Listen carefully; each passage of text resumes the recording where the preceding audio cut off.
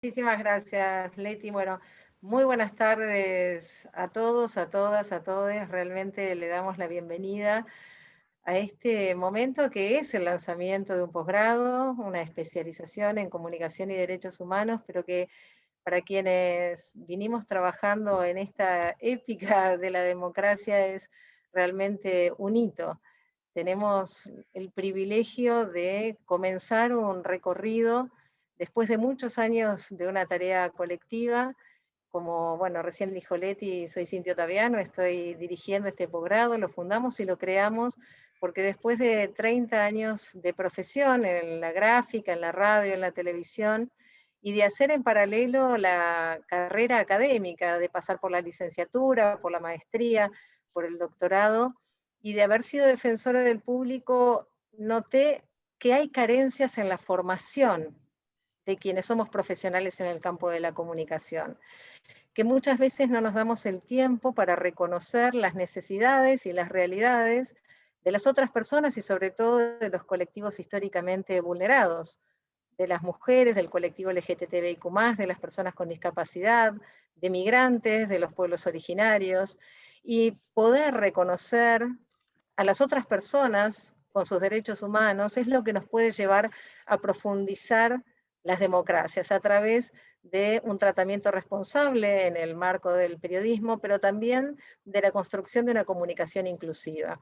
Y en todo ese recorrido tuve maestras, maestros, profes, y hoy los tenemos y las tenemos reunidas en este posgrado.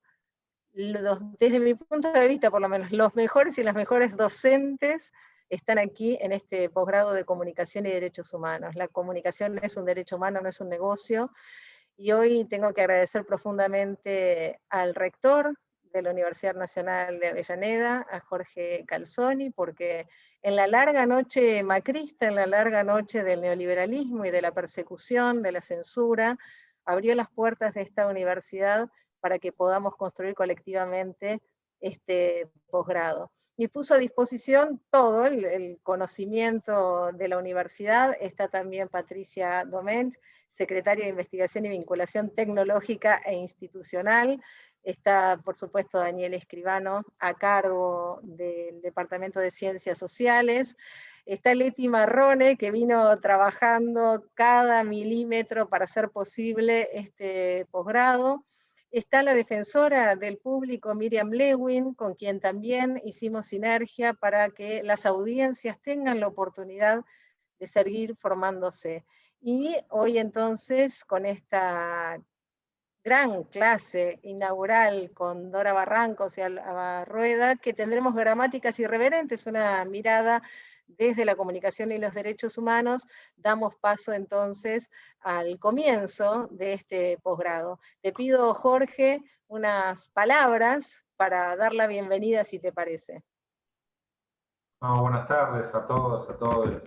La verdad que, nada, una satisfacción, como te decía en la previa, primero el lanzamiento de una temática tan importante como la comunicación y derechos humanos que van de la mano y que, y que nos costó, ¿no? Que fue todo un esfuerzo desarrollarlo, así que para nosotros es una enorme satisfacción que vos lo puedas dirigir, que lo podamos llevar adelante, que ojalá nos pueda servir a todas y todos como para poder encauzar no solamente aquellos que estudian comunicación, sino todos y todas los que cotidianamente nos desarrollamos en las distintas áreas.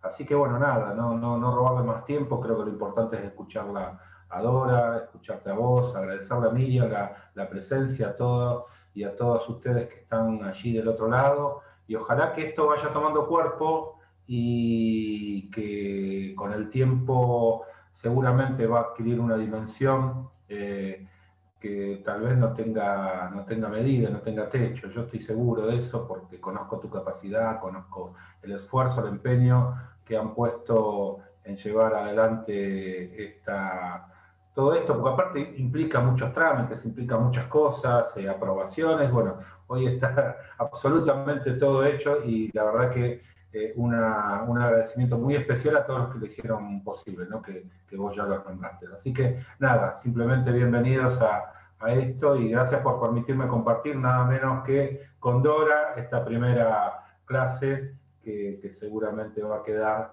en los anales y grabado para todos nosotros.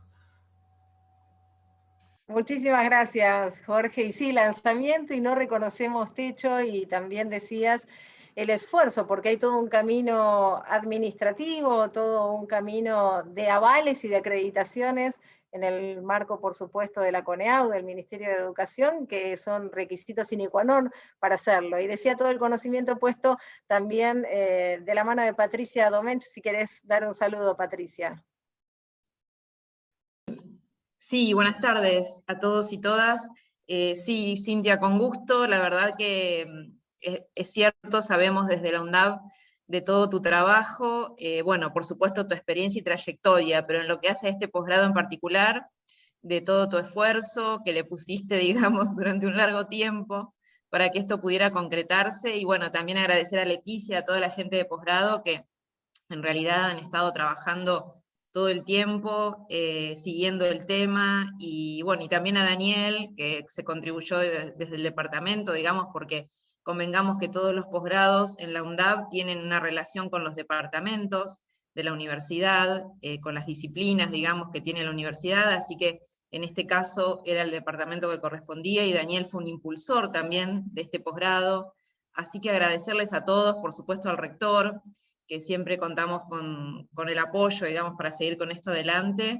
Y bueno, y nada, resta escuchar ahora esta primera introducción a lo que es el posgrado, a esta clase, y seguir adelante, ¿no? Sumando cada vez más gente interesada, que seguramente van a estar, digamos, ahí para poder continuar con el posgrado, inscribirse y seguirlo de acuerdo a lo que vos, a tus vínculos y a lo que ya estuviste también trabajando, Cintia, ¿no? En ese sentido. La verdad que un trabajo realmente importante lo que has hecho. Así que desde lo institucional y desde la UNDAV, obviamente te lo agradecemos, y esperemos estar a la altura, digamos, para el dictado del posgrado y seguir con esto adelante. Muchas gracias, y bueno, las y los escucho.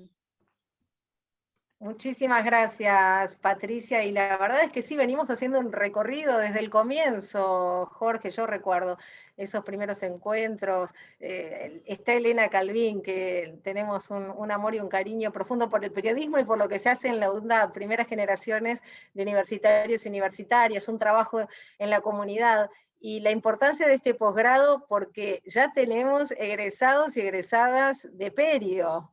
Y en ese sentido, Daniel Escribano, si querés darnos unas palabras, porque es un orgullo tener ya profesionales que han egresado de esta casa de estudios. Así es, Cintia. Bueno, muchísimas gracias. Gracias a todos, a todas por estar aquí. La verdad que sí, es orgullo, es alegría, es satisfacción.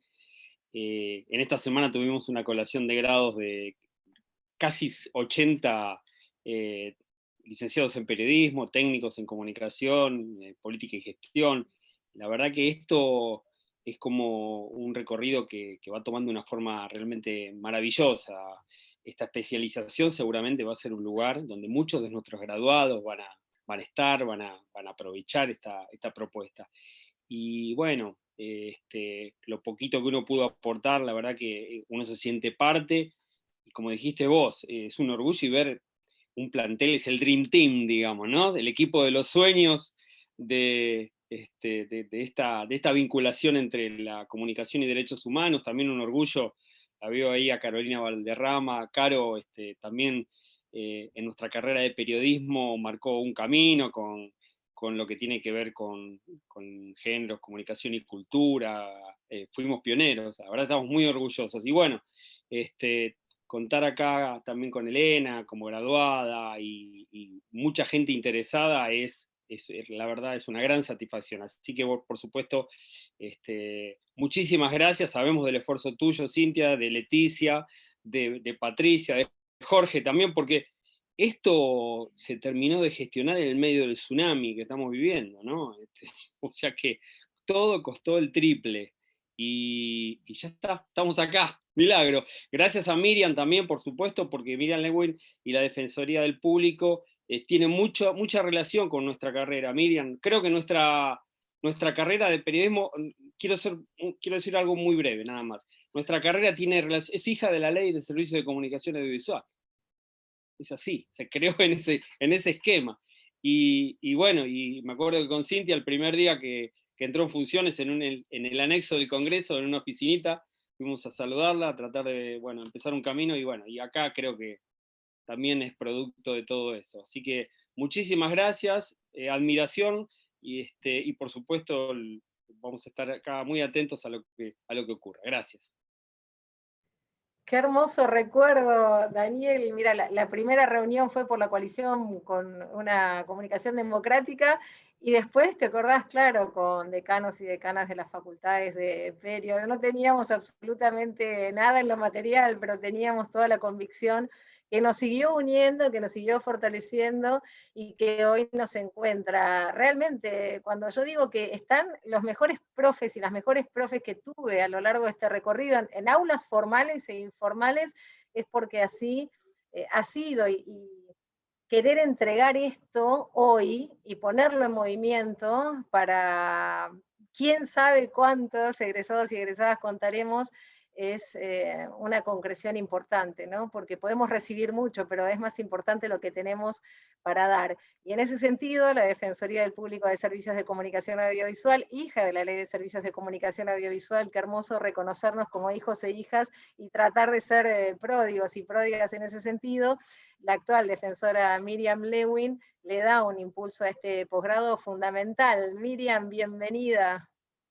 Gracias, Cintia, un placer. Voy a ser muy corta porque les advierto que el histrionismo de la expositora de hoy no se lo pueden perder, porque tiene una capacidad de comunicación. Yo la quiero llevar a las tablas, Adora. Yo la quiero llevar a las tablas. Ya le dije que yo voy a ser su productora, su representante. Una solidez teórica y una forma de comunicación que los va a subyugar, a hipnotizar. Obviamente que tenía que estar la Defensoría respaldando esta diplomatura, primero porque está Cintia, no porque sea amiga y compañera, sino porque es una garantía de experiencia en los medios y de solidez teórica. No podíamos tampoco dejar de estar presentes porque está la Universidad de Avellaneda, es una universidad pública, y nosotros y nosotras estamos por la educación pública. Muchos de los presentes somos producto de la educación pública. La universidad además está en el conurbano, y como ustedes bien dijeron, hay muchos y muchas egresadas que son primera generación de universitarios, y eso es un orgullo. Por eso nosotros estamos presentes con el otorgamiento de becas, vamos a respaldar esta diplomatura, además de que nos estamos concentrando en el desarrollo de un módulo, vamos a dictar un módulo desde la Defensoría. No les quito más tiempo, espero que disfruten esta primera clase que tiene un título tan... es un anzuelo el título, ¿no? Me dan ganas de inscribirme ya en la diplomatura. Bueno, muchísimas gracias por la convocatoria y adelante. Muchísimas gracias, Miriam. Yo les dije lo mismo, la quiero cursar, tener de profe a Carlos Raimundi, a Carlos Heller, al profe Dani Rosso, a Analía Elíades, que es una genia sobre el régimen jurídico de la información. La tuvimos juntas, Miriam, en la maestría en la Universidad de El Salvador como profe, además de una extraordinaria mujer y teórica del campo del derecho a la información y a la comunicación. Gran profe, bueno, recordarás, Miriam, esas clases. Analía Elíades es extraordinaria, María Eugenia Contursi, a quien también tuve de profe en la Universidad de Buenos Aires, en fin, tiene Silvia Buffarini, que da unas clases de criminalística en aplicación práctica, como necesitamos para el género policial, y Caro Valderrama, por supuesto, que ahora en un ratito va a tomar la palabra. Ya está Dora Barrancos también, ya en 10 minutos arranca nada más, pero antes, como bien se señaló, la Universidad Nacional de Avellaneda ha trabajado desde el comienzo con la inclusión, con los géneros, con la necesidad de erradicar las violencias, y en ese sentido está la licenciada Malena Espeche, la licenciada Victoria Primante, que son responsables del programa transversal de políticas de géneros y diversidad, que depende de la Secretaría de Bienestar Universitario, y del protocolo de intervención ante situaciones de violencia de género, acoso sexual y discriminación por identidad de género o vivencia de la sexualidad. Malena, me parece muy importante, te damos la bienvenida, si puedes darnos unas palabras. Gracias, Cintia, gracias a todos, bienvenidos a la universidad. Bueno, gracias por el espacio. Como mencionaba recién Cintia, nosotras con Victoria trabajamos hace ya muchos años en la implementación del programa transversal de políticas de géneros y diversidades, y trabajamos mucho, digo, con Leti, con las compañías también de prensa, ¿no? Para poder transversalizar la perspectiva de género, no solo en la política de atención de situaciones de violencia de género, sino con políticas de formación, con políticas de cuidado, con políticas de promoción de derechos, con distintas líneas, pero bueno, no quiero sacarle la palabra a Victoria, que es la responsable principal del programa, así que Vicky, te paso la palabra.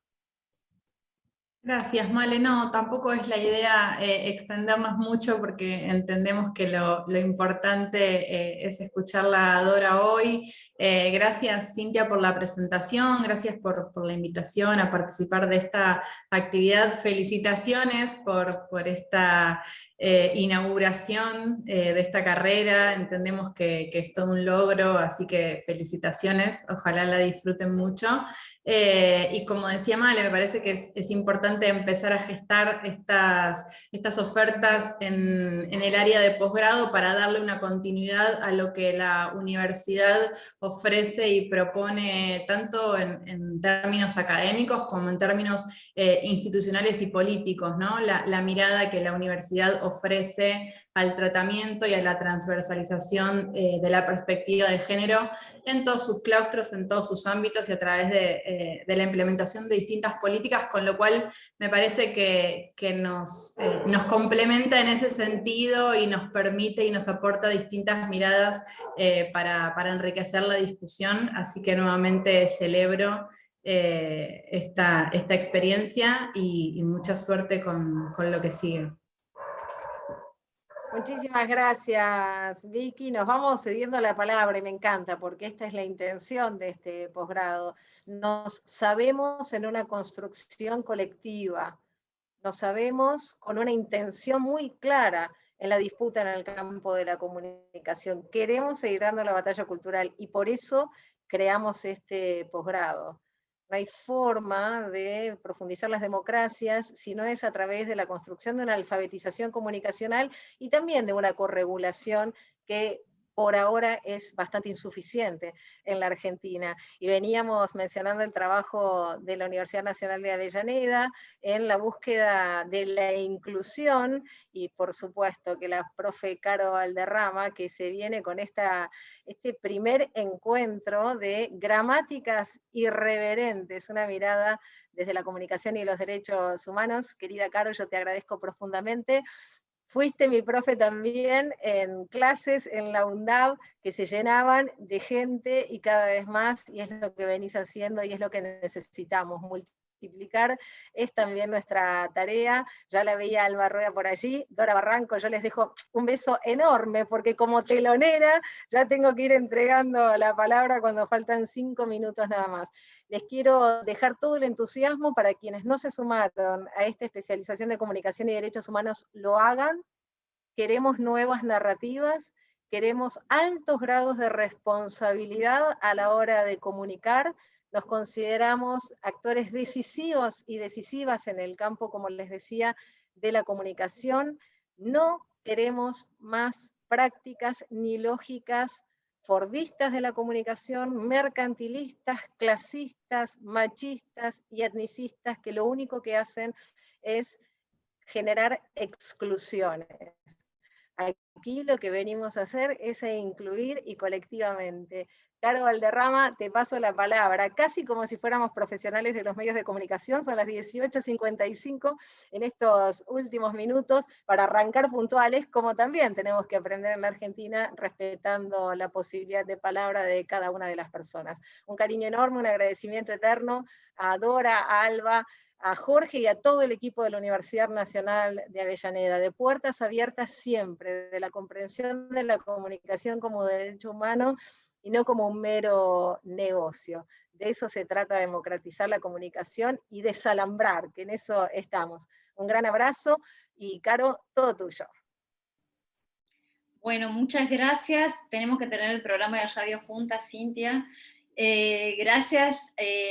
Quiero agradecer igualmente un minutito a la Universidad de Avellaneda, al rector, a Jorge Calzoni, a Daniel Escribano, porque la verdad que hace unos años, como gotita insistente en la piedra, que se horada la piedra, veníamos con estas ganas ahí de abrir estos espacios que todavía ni sabíamos la forma que iban a ir cobrando. Así que gracias a las militancias, los activismos, las convicciones, los encuentros y demás, estamos hoy aquí. Y en el marco del lanzamiento de la especialización en comunicación y derechos humanos, esta materia que se llama comunicación, identidades, géneros y sexualidades, da esta bienvenida con esta conversación que vamos a hacer a dos puntas con Dora Barrancos, nuestra querida Dora, socióloga, historiadora, feminista, asesora de honores del presidente de la Nación, y que tanto ha tenido que ver con que sea ley, ¿no? Junto con todo el esfuerzo, por supuesto, y el acompañamiento de las militancias, y también va a conversar con nosotros Alba Rueda, que también es otra compañera activista trans, subsecretaria de Políticas de Diversidad del Ministerio de Mujeres, Géneros y Diversidad de la Nación en este momento, así que tenemos mucho para hacer este cruce. Les voy a contar un poco cómo va a ser la dinámica, porque sabemos que estamos hartos de la conectividad y de los Zooms y Meets y demás, entonces vamos a tratar de que esto dure entre las 18 y las 19 horas, perdón, entre las 19 y las 20 horas, así que vamos a dar la palabra a Dora, unos 20 minutos, después a Alba, otros 20 minutos, y vamos a tratar que en los 20 minutos restantes hagamos algún ping-pongcito de intercambio. Quienes quieran preguntar, por favor, utilicen el chat, y vamos a seleccionar algunas preguntas, cosa que después podamos ir a cenar tempranito, porque ahora hay que empezar a acostarse un poco más tempranito, ¿no? Para cuidarnos entre todos. Así que, querida Dora, cuando vos quieras. Le hemos pedido a Dora si puede hablarnos un poco acerca de epistemología feminista y narrativas comunicacionales en el marco de los derechos humanos. ¿Qué derechos para qué humanes? Cuando quieras, Dorita. Bueno, muchísimas gracias. Qué hermosa compañía, tarde-noche. Nos hemos echado para el diario. Bueno, muchas gracias. Felicitaciones por ese paso notable en esa querida universidad. Es extraordinario lo que viene ocurriendo en nuestras universidades públicas, sobre todo en las universidades del conurbano. Es maravilloso que haya oferta en todas, absolutamente en todas nuestras queridas casas, una oferta que tiene significado de agregación de derechos fundamentales para las mujeres, para las otredades, para las ciudadanías en sus caracteres de múltiples identidades. Así que celebrar este paso de esa universidad, a Cintia como gran directora de la especialización, y bueno, un abrazo muy grande también a Miriam y a la querida Caro, que es como entrañable, es una hija putativa, así que es imposible, era imposible decir que no a este desafío y participar con la querida Alba. Miren, yo he estado trabajando algunas cuestiones para cumplir con el desafío que me propuso Caro. ¿Qué pasa con las epistemologías feministas, la comunicación y sobre todo lo que está en el medio de todo esto, que es el propio lenguaje? Yo me voy a referir sobre todo a dos autoras, una de ellas a la que quiero muchísimo, y que para mí ha sido muy inspiradora, que tiene ahora una, ¿cómo decirlo? Está en medio relegada, sobre todo en las producciones de los sentidos académicos en general, y es Luce Irigaray. Porque en realidad, si nos remontamos a yo diría una cierta pertinencia relacionada con la fórmula comunicacional y el lenguaje, una podría establecer como una gran estación Ha habido otras estaciones, desde luego no dejo de pensar en la gran estación Virginia Woolf. Al final, un cuarto propio es un alegato acerca de la comunicación escrituraria de las mujeres, es decir, la comunicación que producen las mujeres, ¿no? Entonces podríamos decir, ya tenemos ahí una estación formidable con Virginia. Ese texto, un cuarto propio, debe ser leído justamente como un manifiesto completo acerca de la inexorable aptitud que cabe a las mujeres para comunicar, para escribir. Es la saga. Una podría pensar que en Virginia está muy notable esto, muy notablemente subrayado como guión de novela, Orlando. Al final, ¿Orlando qué es? Orlando es la saga por el derecho a la escritura propia, es decir, a una comunicación escrituraria propia. Eso es Orlando. Y a mí me gustaría entonces decir que lo que está en Orlando está dicho de manera académica y con una injundia muy particular en un cuarto propio. Quiere decir que hay ahí una antecedencia de procura de pedir la palabra la palabra propia. Esto ha sido todo un problema, porque el problema de la propiedad del lenguaje, ya se sabe, es patrimonialmente, la propiedad es la propiedad masculina. Es la propiedad, el lenguaje tiene una característica de situación, sobre todo cuando se trata de algo que se rubrica siempre, ¿no? El sujeto no marcado, es un sujeto que todo lo prerroga. Por lo tanto, quiero ocuparme un poco de Irigaray. Su famoso texto, Speculum, de la otra mujer, se constituyó, que debemos recordar esto, en una diatriba tan escandalosa, 1974, tesis doctoral, que le significó una relación primero hosca y luego definitivamente enfrentada ¿con quién? Con Lacan. Un enfrentamiento que perduró sin posibilidad de ningún tipo de acuerdo. Lacan se sintió exacerbadamente provocado con lo del speculum. ¿A propósito de qué? De la respuesta sobre el espejo. Speculum es la respuesta al espejo, a esta idea fundamental lacaniana en la que nos miramos en el espejo, y en realidad lo que miramos en el espejo cuando se trata de la niña es un espejo que remite no a sí mismo, sino al orden simbólico del padre. Y es por ahí que, y speculum es el speculum, el que se usa ginecológicamente. Entonces, me parece que tiene tantísimo que ver. Digo, lamento que speculum está poco observado hoy día, está poco examinado. Debe ser porque la deriva de Irigaray, que es hoy día una persona que tiene, Irigaray tiene 90 años, y una definición, un temperamento epistemológico que tomó más tarde, en el sentido de un diferencismo radical. El diferencismo radical la llevó probablemente, creo que sí, que es razonable lo que a menudo nos reubica en su perspectiva, a un diferencismo bastante esencialista al proponer los dos, ¿no? El sujeto masculino y femenino. Yo quiero decirles que obviamente estamos hablando de una cierta precursora de lo que fueron los análisis en tono de diatriba profunda con las lógicas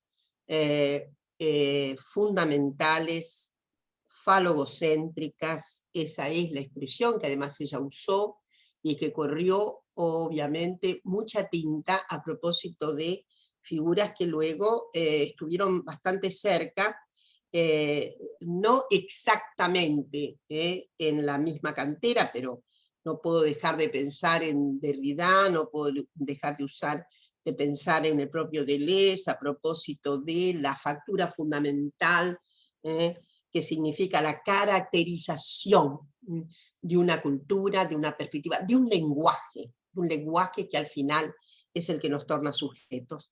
Entonces yo quiero recordar que en Speculum, que hay un doble trabajo, el doble trabajo que tiene Irigaray en ese texto, que ha sido reeditado recientemente, no voy a decir la editora, pero está por ahí, es una mucha mejor edición que la que teníamos, mucho más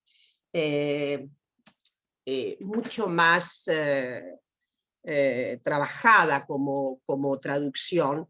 Entonces, Irigaray toma dos vertientes fundamentales en los que se va a ubicar el drama de la ubicación femenina dentro del logos, ¿no? Como carencia fundamental, como inconsistencia, como dispersión, como esto que a menudo ella enarboló.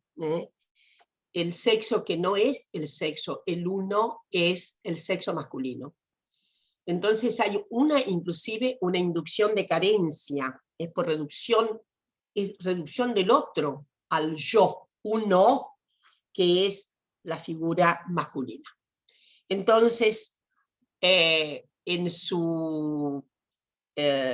esa primera extraordinaria construcción de sentido, hubo varios trabajos, pero en Speculum hay una condensación notable, fermenta muchísimo la idea de que inclusive es un no sexo. La fórmula femenina es tan de depósito secundario que consiste en un no sexo. Entonces ella va a hacer, dije, dos dimensiones fundamentales de su análisis. Uno, el filosófico. Hay un recorrido a través de la historia de la filosofía, justamente en el sentido de la carencia, del no poder ser, del no constituirse como uno, en la historia de la filosofía. Y es extraordinario esa parte en donde ella recorre la filosofía. Y la otra parte es obviamente un recorrido extraordinario sobre el psicoanálisis, con lecciones muy perdurables. Yo voy a recordar casi su ironía, su enorme ironía acerca del principio tan estructurante de la envidia de pene, ¿no? Entonces, es una ironía finísima en la que va a derramar. Yo creo que Irigaray fue un gran indicio precursor de los trabajos posteriores sobre crítica al psicoanálisis con nuestra perspectiva, y que tienen tantísimo que ver con lo producido en España, sobre todo por psicoanalistas de origen argentino. Entonces, esa superioridad del falo es lo que remite a una superioridad inexorable del lenguaje falogocéntrico, que es el lenguaje al uso. Y cómo en su lógica hay que persistir en una otra introducción. No creo para nada que hubiera en Irigaray indicios acerca de lo que llamamos lenguaje inclusivo. Lo que dice es que tiene que haber una apropiación del lenguaje que dé vuelta a todos los significantes en todo caso.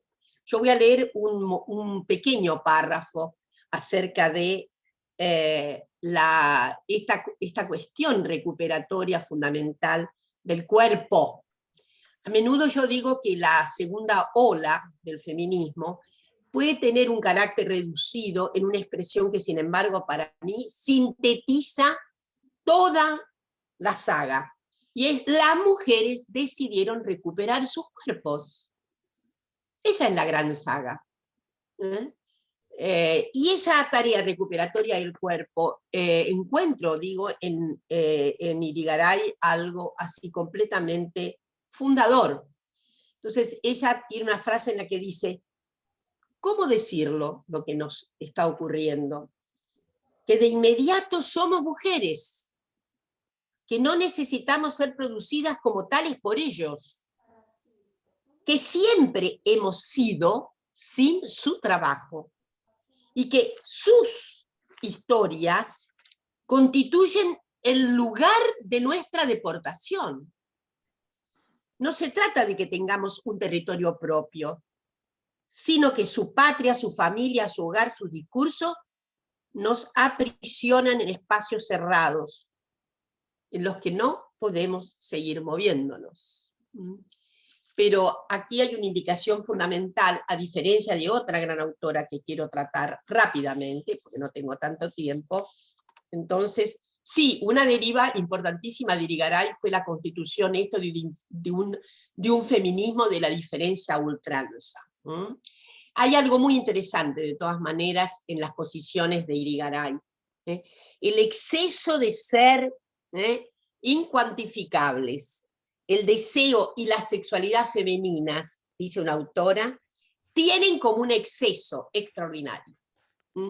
A diferencia de la opacidad con que efectivamente de secundarización del sexo que no puede ser un sexo, porque es mera circunstancia de la falta, de la carencia, etc., en Irigaray hay un examen extraordinario acerca de la polirrotunda sexualidad, al punto que ella dice, ella habla, sí hay una inspiración ahí, habla de más de dos sexos, pero no creo que, insisto, pueda redundar en algún sentido precursor de lo que luego hemos establecido, sí, como epistemología de las diversidades. Está claro lo que quiero decir, pero hay ahí un recado muy importante de Irigaray respecto de la constitución femenina a propósito del lenguaje que tiene entonces esa expresión completamente imperial, completamente sujetadora. Monique Wittig, que es otra gran figura, que anduvo en la misma época, la expresión del lenguaje, ella va a ser va a taladrar mucho encima del lenguaje, de la exclusión, del lenguaje, de la imposición de una imposibilidad de otredad, etcétera, de otredad de sí, de ser mujer, etcétera. En Monique Wittig hay un desaliento profundo acerca de que haya posibilidades de corrección dentro del lenguaje. Si hubiera vivido hoy, tal vez hubiera estado muy contenta con las posibilidades que tenemos de regímenes absolutamente otros respecto de del lenguaje. Pero para Wittig había como una frontera. Ya tiene una cierta desazón respecto de que haya alguna posibilidad de mover la inherente, íncita construcción falogocéntrica del lenguaje al uso que tenemos, ¿no? Creo que hay ahí dos marcas fundamentales de una epistemología clara que acierta de lleno con el lenguaje y lo comunicacional. Por último, me gustaría decirles que está transcurriendo, me parece, un cambio epistemológico de fuste a propósito de las corrientes que se han venido desarrollando de manera más reciente, en orden a desasistir por completo los modos binarios, etcétera, que están significando obviamente banderillas sobre las normalizaciones del lenguaje. Cuando hablamos de normalización del lenguaje, estamos hablando de normalización de ciertos sujetos. Estamos hablando de la normalización del lenguaje, es eso, la normalización de los sujetos. Y está viendo contra lo que nos habíamos figurado, a una cierta amenaza de volver, creo que en nuestras playas eso es menos probable, pero a veces me preocupa la cierta reimposición de un momento escatológico muy superado, como es obviamente la reticencia habida con relación a las manifestaciones femeninas, feministas de la diversidad, el caso español, por decirlo de manera muy cercana. Mi preocupación acerca de un debate que reponga un diferencismo esencial y que vuelva sobre una circunstancia de arquitectura de la mujer que ha sido absolutamente superada, creo, y no solo, yo creo, por las prácticas epistemológicas más recientes, las grandes estructuraciones, citar un nombre como el de Judith Butler es casi de comunidad hoy, de un sentido que va directamente a esta situación, pero me parece que ha habido más que eso, ¿no? No se trata solo de las posiciones butlerianas que han sido tan críticas en su momento, la vara corta con que efectivamente Butler en algún momento tocó a los propios feminismos, ¿no? Feminismos que se habían acodado. Yo voy a recordar que en El género en disputa, Butler comienza su diatriba no contra el orden patriarcal, sino contra el orden de la sistemático, feminista respecto de una clausura, una omisión, una desertización respecto de el mandato heterosexista en el que se habían acomodado las diversas posiciones feministas. Entonces, la vara corta de Butler, si ustedes recuerdan cómo comienza el género en disputa, es decirle a las feministas, miren, están en el mismo cauce patriarcal, mientras no se discuta la heterosexualidad normativa, mientras no puedan discutir esto, mientras no se salgan del lugar de esa posición falogocéntrica que da el lenguaje, porque al final Butler piensa en gran medida, absorbe las tesis de Foucault, nos constituimos por el lenguaje, y entonces esa norma que impone el lenguaje tiene una suerte de de sostén, de contraparte fuerte en lo que podría ser una imposible negociación con las normas de la biología, una imposible negociación con lo normativo biológico. Hace poco he recordado un precursor en la materia que no tiene nada que ver con el feminismo, pero que ha sido un gran debatidor acerca de la patología pretendida en orden a lo que podrían ser en los años en que él escribió, las patologías que se insinuaban en la propia biología. Y me refiero a Georges Canguilhem. Tiene un texto que también hace mucho tiempo que no se relee. A mí me parece, estoy incitando a que se vuelvan algunos textos clásicos, porque a veces nos olvidamos que ha habido alguna instalación bastante precursora, más allá de ¿cómo diré? De las manifestaciones. No cabe duda, Irigaray se tornó una diferencista muy binaria, podríamos decir, aunque hay otras sugerencias, no importa. Pero lo que sí se sugiere estas recomendaciones sobre lo normal, un texto tremendo de Canguilhem, que es de los años 60, lo normal y lo patológico. Lo normal y lo patológico, convertidos obviamente en convenciones, no esgrime él una circunstancia tan adherida al significado fundamental de creación que tiene el lenguaje, nos crea como sujetos, pero sí al significado que se da a las fórmulas epistémicas, y Canguilhem tiene una frase extraordinaria, que me parece que es la que debemos retomar en estos días. Lo he hecho, y tengo un poco de nostalgia por aquellas lecturas que yo hice hace 30 años atrás, creo. Cuando 35 o 40 años, cuando estaba en el exilio en Brasil, y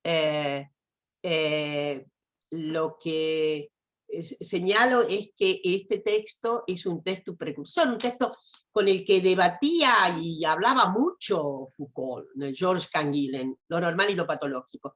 Pero lo que quiero decirles es que hay ahí una conclusión bellísima en uno de los momentos del texto, en donde Canguilhem dice: no se le dictan normas a la vida. Si lo biológico es la vida, es imposible el dictatum de darle normas a la vida, de ordenarla, de decirle que tiene que ser destino una determinada genitalidad. Él lo dice de manera mucho más amplia respecto de las ciertas fundaciones de sentido sobre lo patológico y ciertas fundaciones de sentido sobre lo normal. Entonces, creo que ya he hablado mucho, quiero escuchar a Alba. Hay acá, entonces, en estas dos epistemologías que son muy de surcos iniciáticos, estamos en plena gestión, en los años 70, pensemos que el reverbero de la segunda ola que constituye epistemología feminista, antes no había epistemología feminista, tenemos precursoras enormes, una podría decir, cómo no señalar a Simone de Beauvoir como una protoepistemóloga, dada su fundación, algo que ha sido retomado, es cierto que para discutir mucho con ella, por Butler, no se nace mujer, no se nace mujer. Es una propuesta epistemológica de raigambre crucial. Lo que quiero decir que ella no tenía tanto una pretensión descriptiva epistemológica, ¿no? Sino estaba muy acuciada por algo que efectivamente la terminó convirtiendo a ella misma. Sabemos que Simone de Beauvoir, cuando escribe El segundo sexo, cuando lo publica en 1949, no era feminista. Y ustedes saben que siempre juego con la misma cosa, seguramente no lo saben, pero hay gente que ya por ahí me ha escuchado otras veces, cuando tengo que hablar de estos antecedentes tan formidables acerca de la construcción epistémica diversa en el feminismo, en los feminismos, siempre me gusta decir que Simone de Beauvoir se convirtió al feminismo leyendo a Simone de Beauvoir. Entonces, y esta puede ser una característica muy notable. Ustedes saben que cuando creamos algo, eso que creamos ya no nos pertenece. Esto es notable, no nos pertenece. Pero tiene, primero al crear algo, al escribir sobre algo, al producir sobre algo, nos da una modificación tremenda. Nos da una modificación. Somos los primeros sujetos modificados somos nosotras mismas, nosotros mismos. Pero luego viene una deriva, y es cómo eso produce sentido. Y ese sentido múltiple de eso que se produce, que nos es ajeno, qué notable, nos vuelve a interpelar, como si no hubiera sido, no hubiera salido de nuestro útero. Esto es lo que quiero decir. Esto es lo formidable. Entonces, nada más que decirles que me gustaría que en esta propuesta de Caro sobre justamente comunicación, género, identidades y sexualidades, pudiera haber un cierto cometido de revisión de algunos textos clásicos. Lucy Irigaray es una polimorfa de la sexualidad, finalmente. Crea una polimorfia de la sexualidad. Hay un reto muy contundente. En Monique Wittig, ni les digo porque ella era contundentemente una militante lesbo-feminista, como decimos ahora. Antes no se usaba ese término. Pero Monique está toda dedicada a esa enorme coyuntura, de una sexualidad que efectivamente se despierta con derecho propio. Al despertarse con derecho propio, arremete con una formidable, una tal insurgencia que efectivamente tal vez sea lo que más haya azorado a los públicos patriarcales. En fin, la construcción de ese sentido, insisto, sobre este textito breve de Irigaray, de inmediato nos dimos cuenta que somos mujeres. Ahora, ser mujer no quiere decir una regulación absolutamente determinante, quiere decir un estado de diáspora, un estado de deriva. Me gustaría mucho terminar diciéndoles que cada vez más los seres humanos estamos en deriva, estamos en una situación de deriva. Eso es muy de Deleuze, la circunstancia esta de estar en deriva. Estar en deriva significa que debemos abdicar de todo fijismo, capitular de toda circunstancia categorial. Hay muchos modos de ser mujeres, enorme posibilidad que se abre, pero que de alguna manera ya estaba inscripta en estos textos que he desempolvado para traérselos e invitar a leer, sobre todo, en fin, Monique Wittig es muy conocida, es mucho más tratada hoy día que Speculum, que es un texto que para mi gusto marcó con muchísima firmeza el significado angular que tenía el propio lenguaje en la constitución adversa, de falta, de dispersión, de desintegración finalmente que tenía la condición femenina.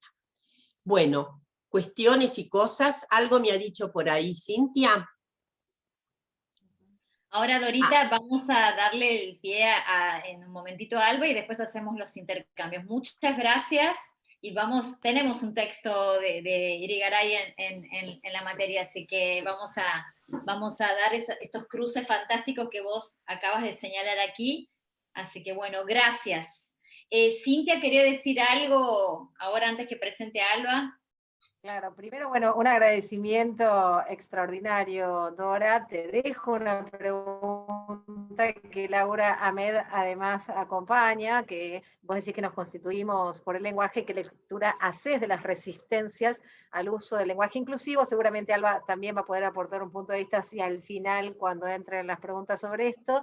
Le quiero agradecer a Denis Escoto y a Luz Nin, que trabajan en este posgrado, que hacen mucho por mejorarlo también cada día más, y a Dani Tagliani, que estuvo al comienzo en la estructuración. Siempre es bueno el agradecimiento constante y permanente, por eso robo un minutito, y me quedo, Dora, con tu deriva, que lo que creamos ya no nos pertenece, pero construye sentidos, y en definitiva nos vuelve a interpelar. Creo que en eso estamos. Muchísimas gracias, seguimos, gracias.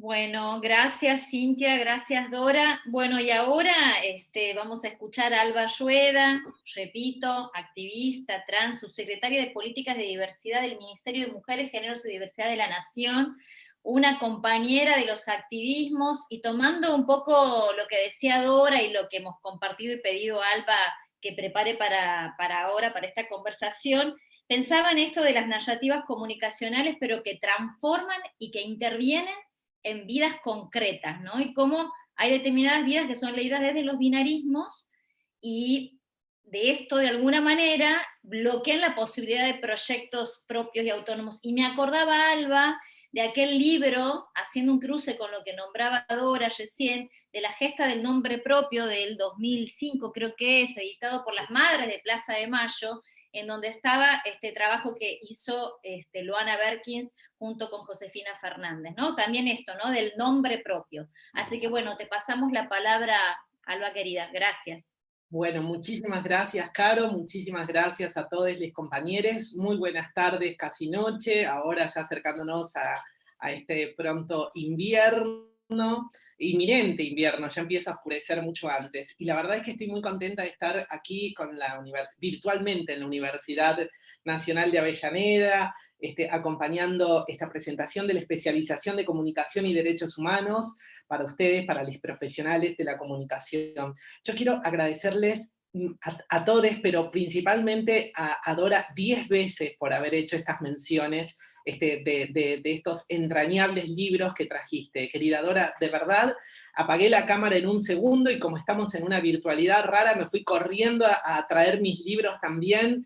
Sé que compartimos en algún momento, no sé si lo recordás, pero ahí en Canal hace muchos años, un programa sobre Orlando, las dos ahí leyendo, y así que traje mi libro también ahí señalado, y yo quería hacer un puente en estas reflexiones que vos traés, porque también vengo de haber tenido una trayectoria en las cursadas con los cursos de géneros que presentaba Dora en la Facultad también de Filosofía, así que apenas vi el libro de Luce Irigaray, también me lo fui corriendo a comprar. Ella dice, este librito, pero este librito es de 300 páginas, compañeras, te lleva un montón, te puede llevar la vida a leerlo, así que realmente fue una hermosa tentación poder recuperar ese libro que leíamos en fotocopias en aquellos años, tal como señala Dora, con otras traducciones. A mí me gustaría hacer un puente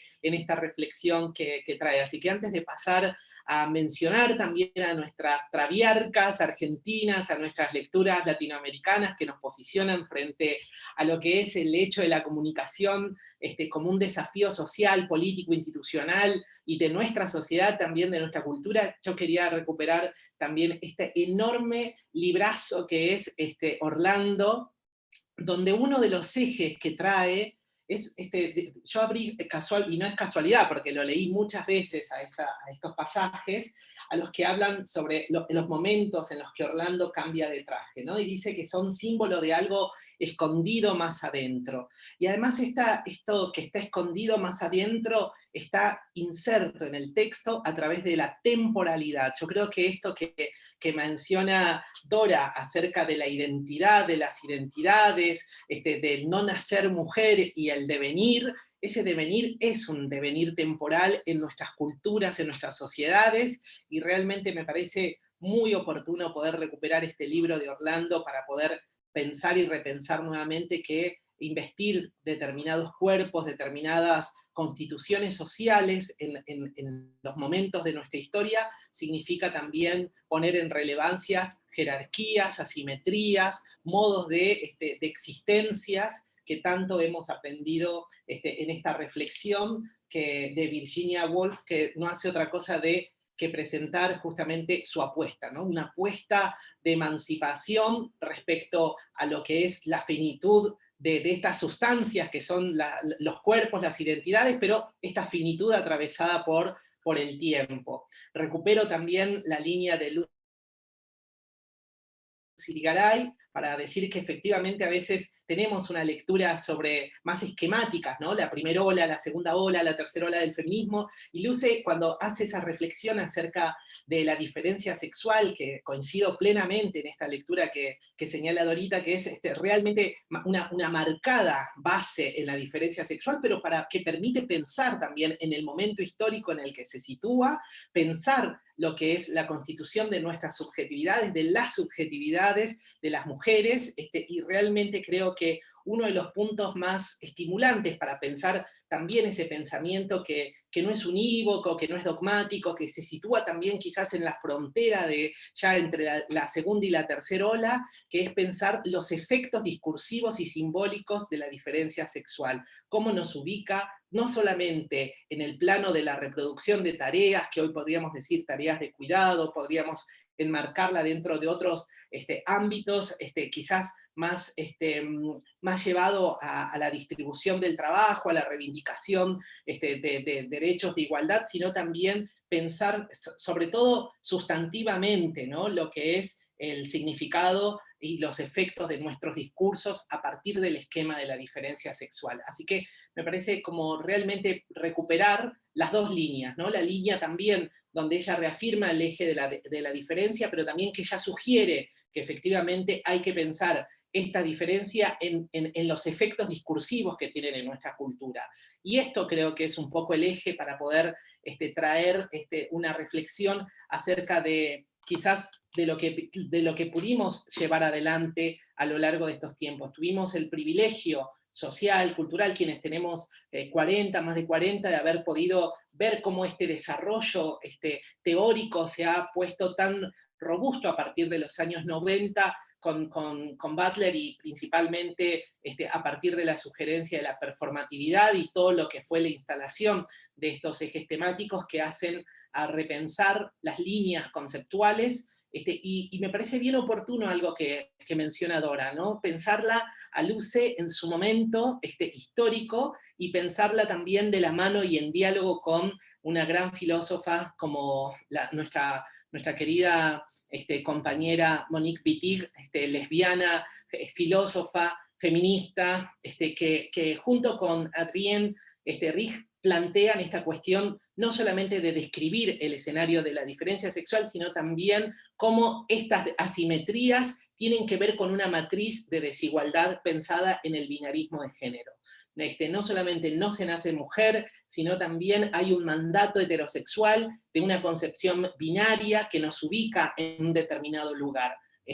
Las lesbianas no somos mujeres, llega a señalar Wittig, para poder decir que frente a esa estructura binaria y patriarcal, las lesbianas ocupaban digamos, un lugar de la disidencia dentro de esto. Esa enorme sugerencia para pensar el concepto de identidad también dentro de esta línea. Así que quería celebrar 10 veces haber podido escucharte, Dora, en una reflexión tan profunda, en un momento donde todos estamos atravesados por nuestros trabajos virtuales, por los cuidados, porque realmente nos trae, sin duda, por lo menos, lo tengo que decir en voz propia, estamos hablando todo el tiempo de gestión, de cómo pensar las políticas públicas, y tener la oportunidad para tener este hermoso intercambio, o por lo menos escuchar a Dora, ya es una alegría enorme.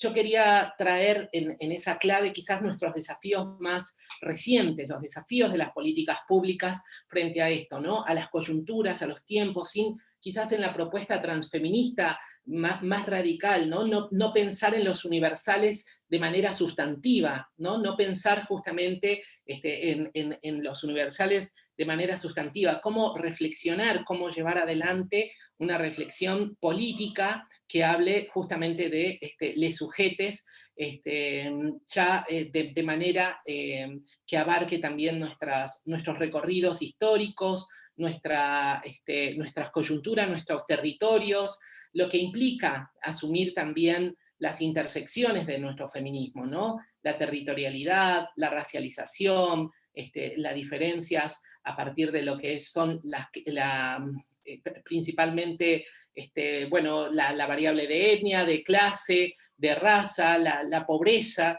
y cómo justamente se constituyen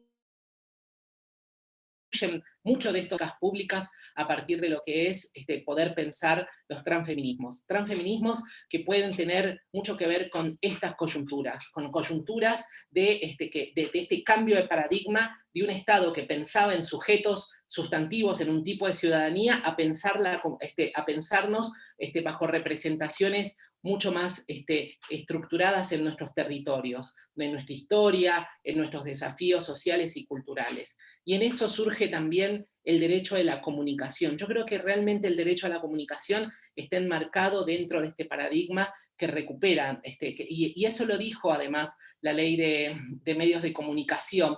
Hablaba de recuperar la noción de cultura, de pueblo, del derecho de la comunicación de los pueblos. Y creo que ahí viene justamente la textura de nuestra cultura y el enorme desafío para que todas las voces estemos habitando dentro de los medios de comunicación. Para muchos que no me conocen, les cuento que junto con un grupo de compañeras travestis y trans, recuperando también muchos de los desafíos que se dieron en Argentina, puntualmente con lo que fue el Teje, la revista El Teje, que surge en el Centro Cultural Ricardo Rojas, con nuestra querida Marlene Guayar, pensar compañeras travestis que estaban, digamos, situando sus voces dentro de lo que era el ejercicio de la escritura y de la comunicación, pensando nuestros cuerpos, nuestras vidas, las violencias, la estructura de desigualdad. Bueno, quizás con un formato más reciente, el Noti Trans fue también ese desafío de poder pensar contenidos de compañeras travestis y trans para compañeras travestis y trans, que tenía que ver con recuperar la noción de derecho. No solo el derecho a la comunicación, sino también de validar determinadas voces. Y para cualquiera que conozca, digamos, lo que fue el recorrido travesti trans, tanto de eso que no ha quedado escrito, que no ha quedado inscripto dentro de los cánones ni de la historia, ni de los cánones de las universidades, las voces orales, las voces de esta oralidad política, de esta epistemología oral que traen las compañeras travestis y trans, se pueden también recuperar a partir de la ahí está, mirá, Caro también salió corriendo a buscar el Teje, al cual, te digo, son irrecuperables esas revistas, porque realmente son un momento en la historia, incluso del Centro Cultural Ricardo Rojas. Las queremos mucho también. Yo creo que también las guardo ahí con mucho afecto.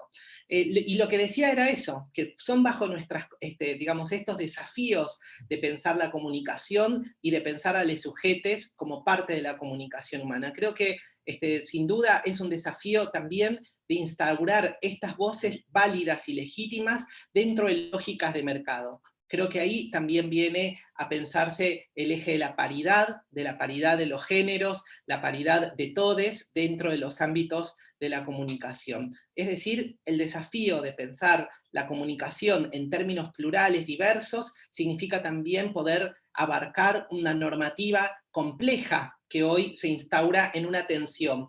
Pueblos, también versus las lógicas de las comunicaciones empresariales. Y creo que ahí tiene que estar el Estado, y tiene que estar el Estado con una determinación de poder ver cuáles son nuestras voces legítimas. Por eso necesitamos un marco normativo que hable de paridad, pero que también hable de cupo, que hable de nuestros cuerpos, de nuestros saberes, dentro de los ámbitos de la comunicación. Yo creo que mucho de todo lo que tenemos para comentar, para reflexionar, no solo en la lectura de nuestras autoras fundamentales, sino también de los desafíos más recientes, ¿no?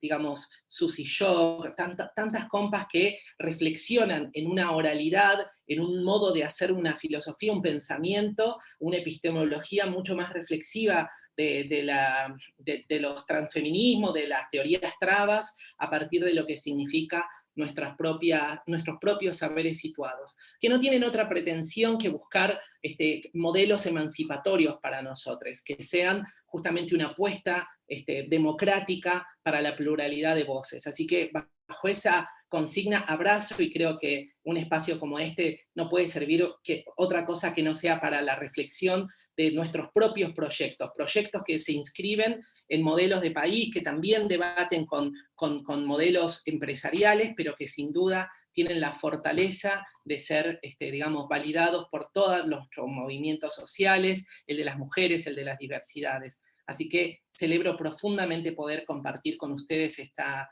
oportunidad en esta noche.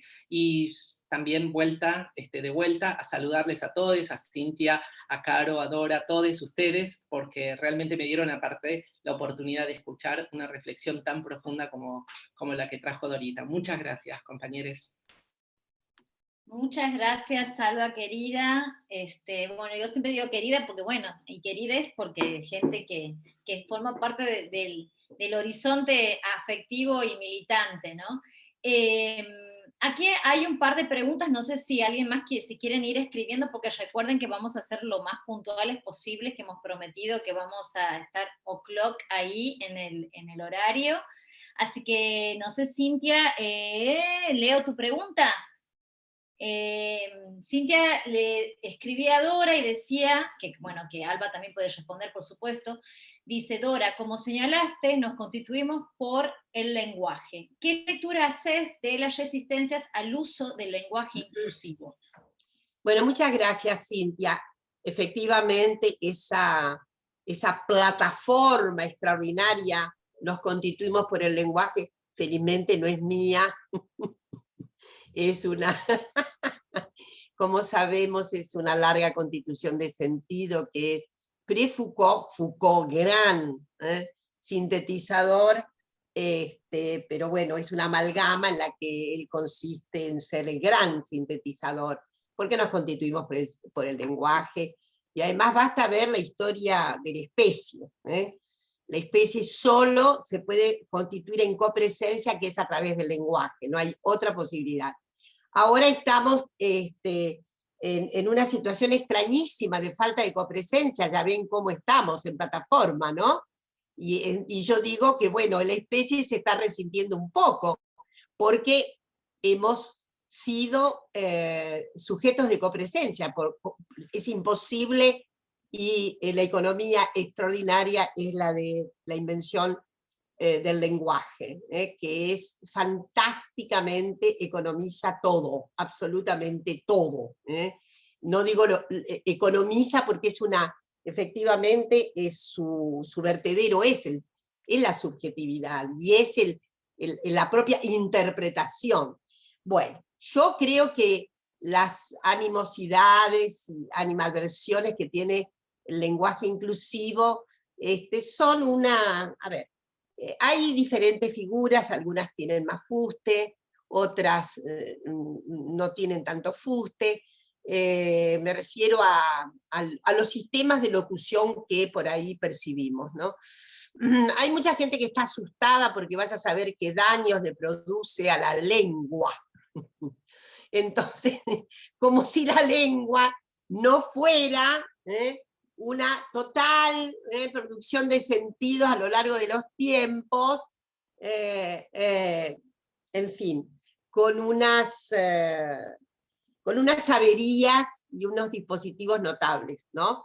Entonces imagínense qué lesión tan grave a la lengua se le ha producido cuando, en general, en nuestro castellano corriente, nos hemos olvidado por completo, salvo para la gente de Santiago del Estero,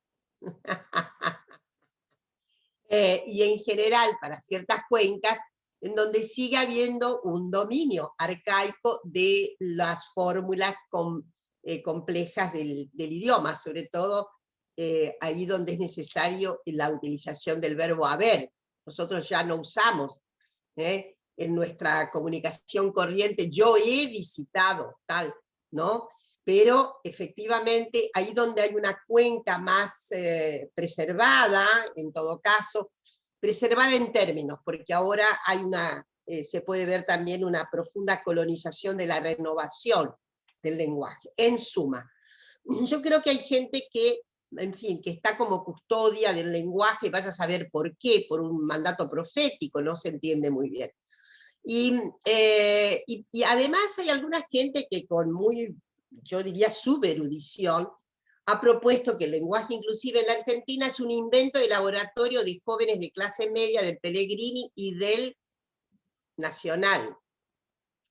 Es absurdo, porque, en fin, casi nos ofendemos, porque yo recuerdo que todavía a fines de los 80, ya habíamos iniciado comunicaciones usando sobre todo arroba, usábamos X o arroba, y Alba se recuerda muy bien, ¿no? En fin, es cierto, yo voy a contar otra anécdota más, ya que me permiten, total estamos muy charlatanas. Miren, siempre narro a propósito de esto, de la innovación del lenguaje, de lo que significa, es cierto que, miren, cuando se instituyó la primera internacional, años 68 del siglo XIX, una segunda reunión de la internacional produjo un acontecimiento por parte de una iniciativa que traían los obreros representantes franceses, entre ellas una figura que yo amo mucho, que era anarquista, Paul Robin, y una figura muy vigorosa, muy pionera, en términos inclusive de sexualidad. Y él propusieron los franceses, que el idioma francés era muy difícil para la formación, para el conocimiento, para los saberes populares, y de veras la lengua francesa se las trae, ¿no? Tiene, en fin, es difícil, es muy difícil. Pero ustedes saben que finalmente eso no prosperó. Y no prosperó porque muchos obreros franceses, más obreros que obreras creo, se determinaron a que, bueno, no, había una apetencia y decían, ¿cómo? Si tenemos que reapropiarnos del lenguaje, vamos a hacer ahora una mutilación. Entonces, en fin, eso no prosperó. Pero eso no quiere decir que el idioma francés finalmente no haya cambiado, cambió muchísimo, ¿no? Ha habido otras fórmulas, inclusive más recientes y demás. Lo que quiero decir es que la verdad es que quienes se oponen al lenguaje inclusivo tienen alguna nostalgia retardo, nada más, ¿no? Tienen algo de nostálgico, de pérdida de algún sentido, claro, por constitución del sujeto, ¿no? Y, en fin, yo creo que entre las cosas así, tal vez de mayor sortilegio que nos está ocurriendo de cambio, es la inclusividad. Y tengo una enorme, sana envidia, sí, de los adolescentes que hablan un inclusivo perfecto, casi perfecto. Yo creo que es envidia tal vez, porque claro, para gente vieja como una, es difícil escalar esas posiciones en la lengua. Pero soy una gran sostenedora de esas habilidades, porque creo que efectivamente, ¿no? Como nos constituimos a través del lenguaje, el lenguaje inclusivo puede significar horadaciones, mina cierta característica que es del sujeto. Es cierto que este lenguaje vuelve un poco, trastorna un poco a la comunidad psíquica. La comunidad psíquica está un poco preocupada con el lenguaje inclusivo, pero no soy del rubro, solamente hago constar que en alguna manifestación que he tenido con queridísima gente de la comunidad psíquica, que es, en fin, que está muy acicateada, ¿no? Es una comunidad muy acicatada en psicoanálisis, retos tremendos, ¿no? Entonces hay algo que se desestabiliza, pero bueno, es todo un desafío, y lo que está produciendo el lenguaje inclusivo no es el laboratorio de grupúsculos, es el gran laboratorio de la vida, el gran laboratorio de la vida. Así que esto es como el viejo cometido. ¿Quién le teme a Virginia Woolf? Más o menos vamos por ahí. Muchas gracias, Dora. Ahora le doy la palabra a Alba si quiere agregar algo, decir algo, pero voy a leer un poquito más también lo que está aquí en el chat, así sumamos todo. ¿Les parece? Que estoy con el reloj aquí. Bueno, aquí Laura Ahmed comenta que, bueno, en relación a esto que acaba de responder Dora, es que es clave pensar en la identidad de las narrativas, y que recuerdo un texto de Leonor Arfuch que dice: problemáticas de la identidad, que sin duda nos conformamos como sujetos sociales en el discurso, como así también las subjetividades de las modalidades singulares que interiorizamos de el ser o devenir, como explica la autora, y estar o existir en el mundo. Después, Clarisa Moyano, ahí en el medio hemos anotado algunos de los libros que han estado comentando Alba y Dora. Clarisa Moyano dice que también hay una identificación en el uso del lenguaje inclusivo con los jóvenes, militantes feministas, transfeministas, agrego yo, y que muchas veces es censurado o es señalado, ¿no? Como con desprecio, ¿no? Sabemos que hay algunos comunicadores en los medios de comunicación que se encargan sistemáticamente de señalar eso. Y tomando un poco eso, a ver, Alba, si vos querés responder algo ahí, tomando un poco lo que dijo Dora al final de su exposición, que hablaba de este estado de diáspora y deriva, y hago un cruce con algo que aprendí, que no sabía, cuando me estoy preparando la materia, que Cintia me señaló, que yo usaba la X, ¿no? Y que nos enfrentamos con otras cuestiones muy concretas y materiales, que, por ejemplo, que las personas no videntes, en los programas que tienen para poder traducir la narrativa nuestra escrita, digamos, no es leída la X, ¿no? Entonces, bueno, ¿cómo pensar otro modo y otra forma? Entonces yo digo, y aquí vos, Alba, que estás en la función pública concreta de pensar políticas públicas, que viene este desafío que trae Dora, que dice de la diáspora y la deriva, ¿cómo hacemos para, no sé, que tenemos que llenar formularios que dicen varón-mujer? ¿Cómo hacemos con las cuestiones, con el quit, por ejemplo, cuando hacemos un cambio registral? Tenemos cuestiones concretas de esas narrativas que se transforman en cómo nos lee el Estado a las personas, ¿no? Sí, sí, gracias por la pregunta, porque realmente eso es uno de los temas que estamos desarrollando. De hecho, actualmente, ahora la próxima semana vamos a presentar con el Ministerio de Educación uno de los puntos más importantes para nosotras, así que lo trabajamos el año pasado, tiene que ver justamente con incluir la variable de diversidad dentro de los sistemas universitarios también. Y esto no solamente en los sistemas universitarios, sino tiene que tener una traducción en los sistemas de información que guarda el Estado. Yo creo profundamente que esto es uno de los enormes desafíos que estaba contenido en la Ley de Identidad de Género y que 9 años más tarde, cuando con la ministeria y cuando podemos poner justamente el eje en la clave de las políticas públicas, es pensar cómo, es modificar, no solo pensar, sino es modificar esos sistemas de información en los que el Estado estaba interpretando nuestra ciudadanía, nuestros recorridos, y esto significa un enorme desafío. Y el cupo trans fue uno de los ejes que evidenció eso, porque para poder tener un registro, por ejemplo, nosotros sacamos el año pasado con nuestro gobierno, por decisión de nuestro presidente Alberto Fernández, el decreto de cupo trans para el sector público nacional. Pero para poder pedir, que lo hicimos, digamos que todos los organismos comenten en este diagnóstico inicial cuál es el punto de partida, cuántas personas trans están trabajando en sus lugares, en sus organismos, lo que nos contestaron mucho de eso es, no tenemos forma de registrarles. Y este es uno de los datos. Justamente cuando incluís la variable de diversidad, surge el enorme desafío de la modificación de los sistemas de información. Y no es un sistema de información. El Estado tiene muchos sistemas de información y muchos de ellos que son difíciles e incompatibles para poder unificarlos. Entonces hay que pensar también, no solamente en la modificación, sino de manera no dogmática, que este es el otro punto que creo que estuvimos señalando, haciendo énfasis durante, digamos, esta tarde, que es justamente considerar que muchos de esos sistemas de información cumplen una función, están en función de, y esto es lo que creo que es lo que hay que considerar. Posiblemente, por ejemplo, para tener la SUBE, no sé si la tarjeta SUBE, que te pregunten la orientación sexual es algo que no viene al caso de quiénes son las personas LGBT que usan el transporte público. Pero sin duda, en la línea, por ejemplo, 144, cuando llamamos para hablar sobre violencias por motivo de género, allí sí es muy fundamental poder hablar de las violencias para poder ver justamente cómo se inscriben en nuestras vidas y en nuestros cuerpos y el modo diferencial a partir de esto. Así que yo creo que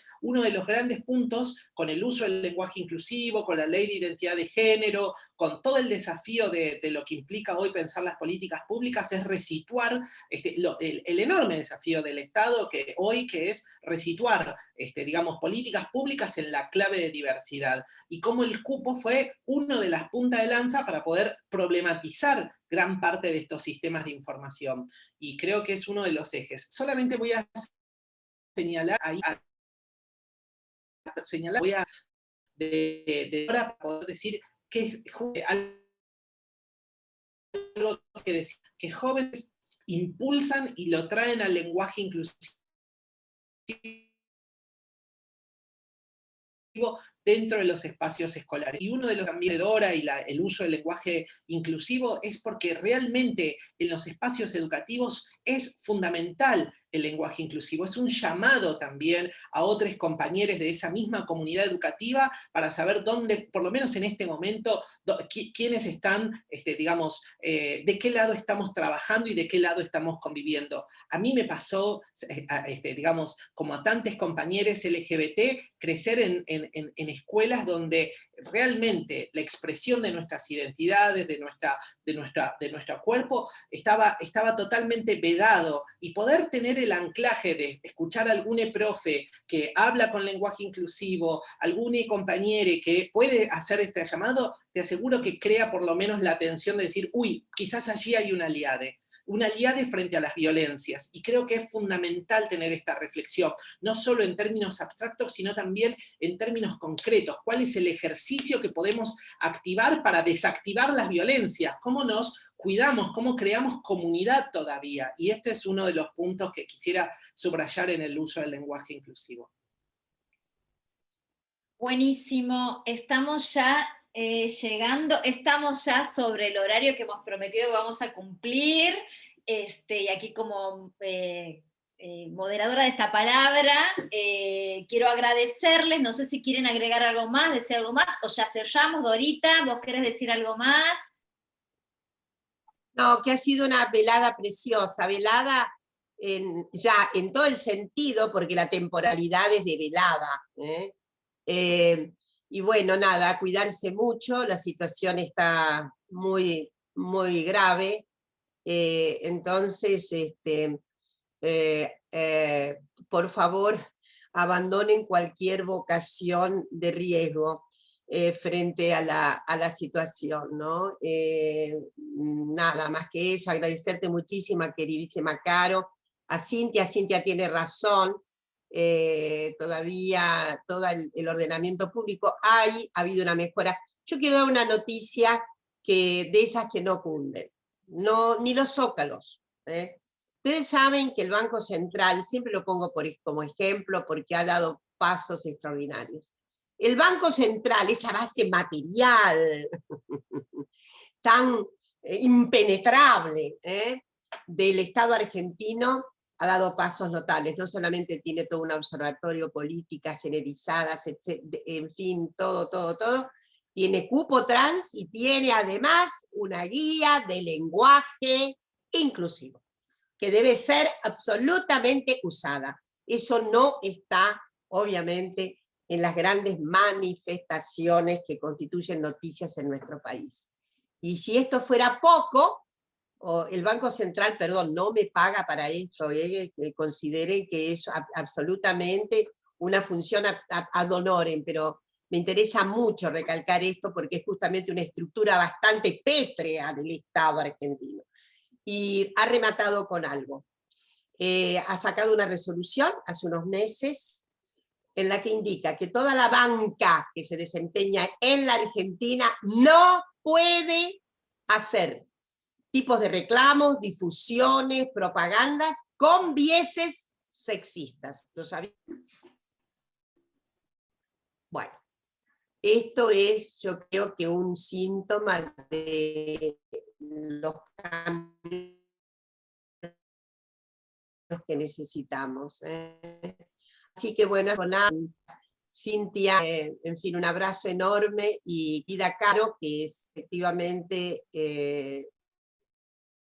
en fin, protagonista, un abrazo grandísimo. Antes de que te vayas, quiero agradecer también la presencia de todos aquí. Ahora te voy a dar la palabra a Cintia para que vos hagas los agradecimientos como directora de esta especialización de las personas que están acompañándonos.